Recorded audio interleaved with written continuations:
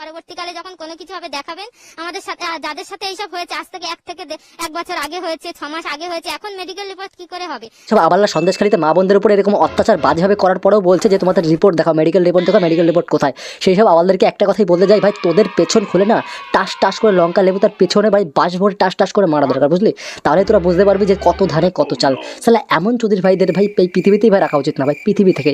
But আমার তো মনে হয় ভাই আমাদের ইন্ডিয়ার থেকে ভাই দূর করে দেওয়া উচিত এইসব আবালদের ভাই, আর কঠিন শাস্তি দেওয়া দরকার। গাইস এটাই হলো সেই হারামি বোদ্ধা মাল। সালা ভাব দেখো এমনভাবে চলছে মনে হয় মানে কি একটা বড় একটা কিছু হবে হয়তো। সালা এমন বাজে কাজ করার পরে এমনভাবে তুই ঘুরতে পারিস? সালা লজ্জা শরম নেই তোর নাকি? মানে আবার দিয়েছে কি সন্দেশখালীর বাঘ, মানে বাঘের বাচ্চা। আরে ভাই আমি একটা জিনিস বুঝতে পারছি না, এর বাবা মা কি ভাই মানে বাঘ ফাঁক ছিল নাকি? এর জন্য নাম কি বাঘের বাচ্চা দিয়েছে? তাই হবে বোধহয়, এর জন্যই বাঘের বাচ্চা ভাই, সন্দেশখালীর বাঘের বাচ্চা। আর এখন সন্দেশখালীর বাঘের বাচ্চা